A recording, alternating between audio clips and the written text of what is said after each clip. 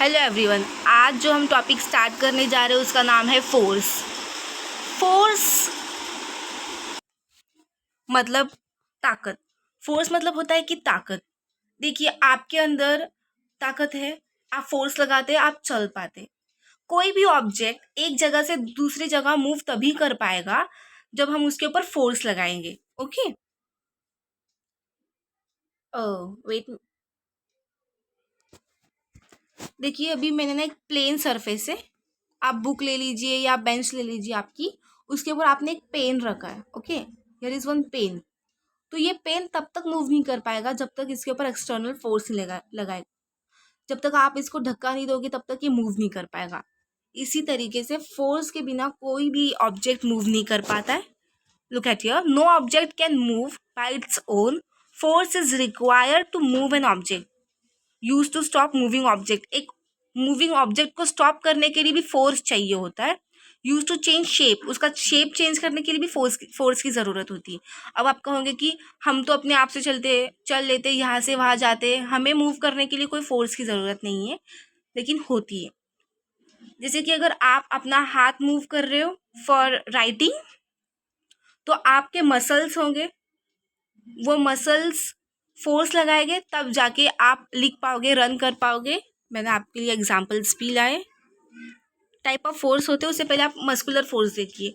आपके अंदर मसल्स होते तो वो मसल्स मूव करेंगे, तब वो मसल्स आपको एनर्जी देंगे, वो फोर्स लगेगा, आप जो भी खाओगे उससे आपको एनर्जी मिलती है, और वही एनर्जी बाद में फोर्स में कन्वर्ट होके आपको फोर्स देती है, तब जाके आपका हैंड मूव कर पाता है। अभी मैं बोल भी रही हूँ ना, तो मेरे जॉ के जो मसल्स है वो मसल्स मूव कर रहे because of the muscular force, और उस वजह से मैं बोल पा रही हूँ। रेदर अगर मैं अपने मसल्स को मूव नहीं करूँगी जॉ के, तो क्या मैं बोल पाऊँगी? No, that's it.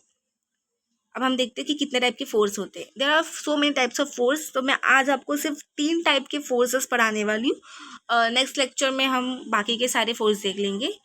तो first one is muscular force, mechanical force and gravitational force. तो आज हम उतने ही फोर्स पढ़ेंगे। मस्कुलर फोर्स मतलब क्या होता है, मैंने आपको अभी बताया।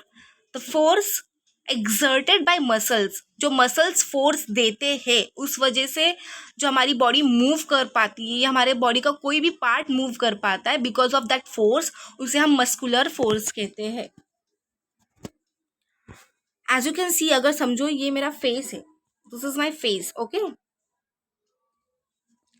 And 1 minute. ओके, तो ये मेरा जॉ होगा। इस जॉ के इस साइड में, मेरे जॉ में यहाँ पे मसल्स होते, तो वो मसल्स जब मूव करेंगे ना, तब मैं अपने मुंह को चला पाऊंगी। एंड जब हमारा फेस, तब हमारा मुंह चलेगा, तब जाके हम बात कर पाएंगे। तो ये मस्कुलर फोर्स होता है। ओके, रनिंग के लिए भी हमारे थाइज में जो मसल्स होती है, वो मसल्स फोर्स देती है, तब जाके मस्कुलर फोर्स होता है और हम मूव कर पाते। मैकेनिकल फोर्स क्या होता है? मैकेनिकल फोर्स मतलब जो फोर्स होता है मशीन्स एक्सर्ट करती है। मैं आपको एक एग्जांपल देती हूँ। जिसके आपका स्विच लीजिए, आप कोई भी स्विच ऑन करोगे तो वो करंट वायर में से लेके फैन तक जाएगा। फैन का एग्जांपल हम लेते हैं, वो फैन तक जाएगा।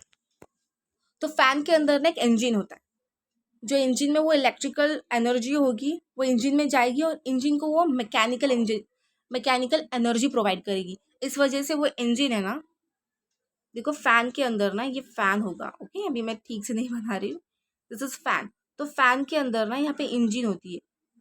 तो इंजन जब ऊपर नीचे करेगी, यहाँ से इलेक्ट्रिकल एनर्जी आएगी वायर में से, तो ये इंजन ऊपर नीचे करेगा, और इस वजह से ये फैन ऐसे गोल गोल घूमेगा। तो ये इलेक्ट्रिकल एनर्जी आई, मैकेनिकल एनर्जी प्रोवाइड करी, तो वो एनर्जी फोर्स बना, वो फोर्स ऊपर नीचे हिला, इस वजह से ये फैन गोल घूम पाया। तो ये होता है मैकेनिकल फोर्स। कोई भी आपको मैं एक बताती हूँ एग्जाम्पल के लिए। आपने सेंटेंस पढ़ा होगा या नहीं मुझे नहीं पता, लेकिन आपके आगे वाले स्टैंडर्ड में जैसे 9th-10th में आपको ये सेंटेंस सुनने के लिए मिलेगा आपके टेक्स्ट बुक में। The energy can nether be created nor be destroyed. मतलब कोई भी एनर्जी ना ही हम क्रिएट कर सकते हैं उसे, और ना ही हम उसे डिस्ट्रॉय कर सकते, वो पहले से मौजूद है हमारे यूनिवर्स में।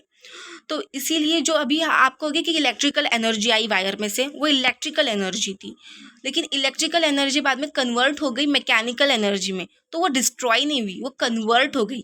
The energy can be created from one form to the other form, एक फॉर्म से अदर फॉर्म में क्रिएट बनती जाती है एनर्जी। जैसे एक इलेक्ट्रिकल एनर्जी मैकेनिकल में हुई तो पोटेंशियल एनर्जी होती है, काइनेटिक एनर्जी होती है, आप ये सारी चीज़ें बाद में पढ़ोगे। तो एनर्जी कन्वर्ट होती रहती है, लेकिन कभी ख़त्म नहीं होती है, और हम बना भी नहीं सकते, हम बस दूसरी एनर्जी को इस फॉर्म में कन्वर्ट कर सकते हैं। उसी तरीके से इलेक्ट्रिकल एनर्जी कन्वर्ट होके आई, मैकेनिकल एनर्जी बनी, वो फोर्स प्रोवाइड हुआ और मशीन चलने लगी। आप यहाँ पे मिक्सी देख सकते हैं, मिक्सर देख सकते हैं। तो अलग अलग टाइप के मशीन्स इसी तरीके से चलते हैं। फ़ैन हो, व्हीकल के जो टायर्स हो गए, उसके अंदर भी एनर्जी आएगी मैकेनिकल से, वो गोल गोल गोल मैकेनिकल एनर्जी प्रोवाइड होगी, गोल गोल घूमेगी और हमारी व्हीकल चलेगी। ऑलराइट, अब हम देखेंगे हमारा लास्ट इस and the last one is, मतलब आज के पार्ट के लिए इतना ही, इसके बाद मैं आपको आगे बढ़ाऊंगी। और आज का लास्ट वाला है ग्रेविटेशनल फोर्स। ग्रेविटेशनल फोर्स मतलब क्या होता है ना, आप इसको समझिए, क्योंकि ये बहुत ज़्यादा इम्पॉर्टेंट है। ये आपको आपके आगे वाले स्टैंडर्ड में इसका सिर्फ ग्रेविटेशनल फोर्स का एक अलग से चैप्टर होगा। तो हमारा अर्थ है, okay, this is our earth. Exactly गोल नहीं होता है अर्थ, बट स्टिल आप अब समझिए, ये अर्थ है और हम लोग कहाँ पे रहते हैं, यहाँ ऊपर रहते हैं अर्थ के ऊपर। ह्यूमन बींग्स, बिल्डिंग्स, सब कुछ है ऊपर। तो आप देखो, क्या हम यहाँ से गिरते हैं, जो यहाँ पे होते हैं इस साइड से, क्या वो नीचे गिर जाते हैं? नहीं गिरते। क्यों नहीं गिरते? क्योंकि हमारे ना अर्थ के पास एक मैग्नेटिक पावर होता है। Earth has a magnet like gravity. Earth के अंदर ग्रेविटी होती है जो सारे ऑब्जेक्ट को, उसके आसपास जो भी होगा, चाहे ह्यूमन बींग हो, प्लास्टिक हो, एनीथिंग, वो उसको अपनी तरफ अट्रैक्ट करती है। इस वजह से हम उसको, देखो आप भी अभी जहाँ पे भी हो वहाँ पे आप कूद कर देखो, जंप करके देखो, तो क्या आप गिरोगे? नहीं। आप ऊपर जाके उड़ने लग जाओगे? नहीं। आप वहीं पे अट्रैक्ट होगे आपने, क्योंकि आप अर्थ पे हो। आप मून पे जाओगे ना, आप मून पे देखोगे, मून की ग्रेविटी बहुत कम होती है, इसीलिए अगर आप जंप करोगे ना तो आप ऊपर जाओगे, कुछ देर के लिए ऊपर हवा में तैरते रहोगे, फिर नीचे आओगे, क्योंकि अर्थ की ग्रेविटी कम है। ग्रेविटेशनल फोर्स यही होता है, हमारे अर्थ के पास एक ग्रेविटी नामक मैग्नेट होता है जो हमें खींचता है उसके तरफ। इसी वजह से हम हमारे अर्थ पे रहते हैं, उड़ नहीं जाते।